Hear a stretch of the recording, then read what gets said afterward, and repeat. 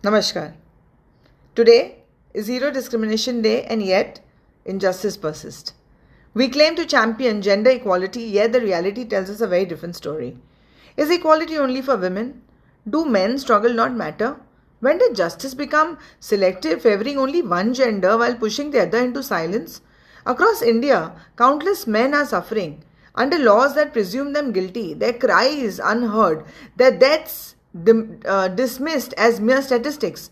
From 2015 till 2022, an average of 1,0188 men died by suicide every year, more than double the number of women. The reasons are financial distress, family pressure, increasing false accusations under gender bias laws. These cases aren't just numbers and statistics. They are real lives that are lost to a system that refuses to see them as victims. Atul Subhash, a 34-year-old techie from Bangalore, left behind an 18-minute video and a 24-page suicide note detailing on how his estranged wife and in-laws exploited dowry laws to extort money from him. His final words exposed a justice system that blindly believes accusations without requiring proof. In Agra, 24-year-old IT professional Manav Sharma took his life. He is dead, leaving behind a 7-minute video accusing his wife of infidelity and harassment. His father filed a case against her, yet dismissed it as a play, labeling him as an alcoholic. In Indore, Nitin Padiyar, a young photographer, ended his life after being accused in a dowry case filed in Rajasthan.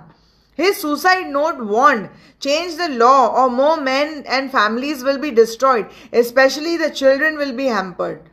Just weeks later in Bhopal, a 52-year-old Rajiv Giri consumed poison after his wife of a 30-year-old marriage accused him of dowry harassment.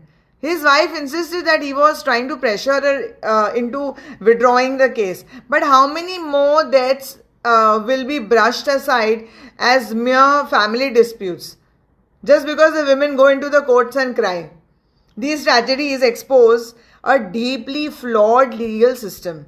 Section 85 and Section 86 of the Bharatiya Nyaya Samhita, formerly known as IPC 498A, originally meant to protect women, have become tools of vengeance. The Supreme Court has repeatedly cautioned them against the misuse of these laws. Yet, justice remains elusive for falsely accused men.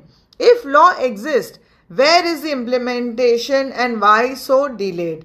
Beyond legal battles, these cases reflect a crumbling institution of marriage. Why do we obsess over Kundli and horoscope matches but never prioritize premarital counseling? Why is there no structured guidance on emotional compatibility? The growing mistrust, legal exploitation, and lack of dialogue between couples have turned marriages into a battlefield rather than partnership and courtship. True equality demands protection for everybody. We must amend the laws to be more gender neutral, establish safeguards against false accusation, and recognize male victims of domestic abuse. Without proof, the court and the police should not even register an FIR without any proper proof. Because this is what is happening. Probably it's corruption. A false allegation can ruin lives just as much as a real crime. Although gender neutral laws exist, their weakness enforcement makes them more meaningless. Every false case chips away at real justice, turning law into a weapon rather than a shield, and women are misusing it. The fight for true equality cannot ignore the suffering of men. How many more lives must be lost before we acknowledge that justice has failed them?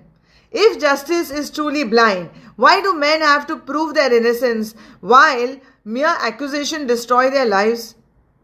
I, Preeti Mahapatra, demand immediate legal reforms, no FIR without concrete evidence, strict penalties for false cases, and equal law protection for all under the law.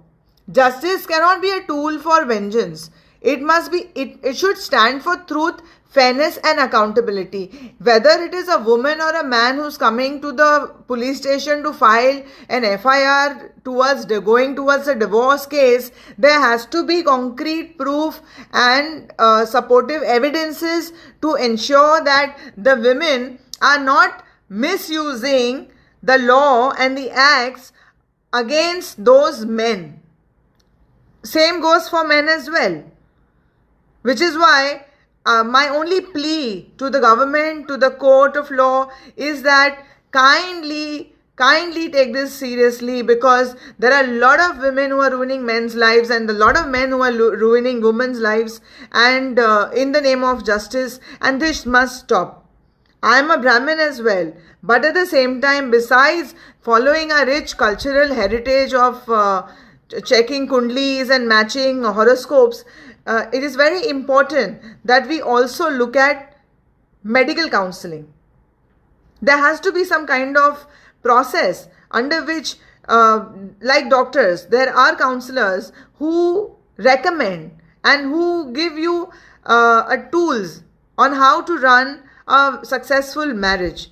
Because besides the husband and wife, it is the children's future who is tarnished for life. Thank you very much. Jai Hind.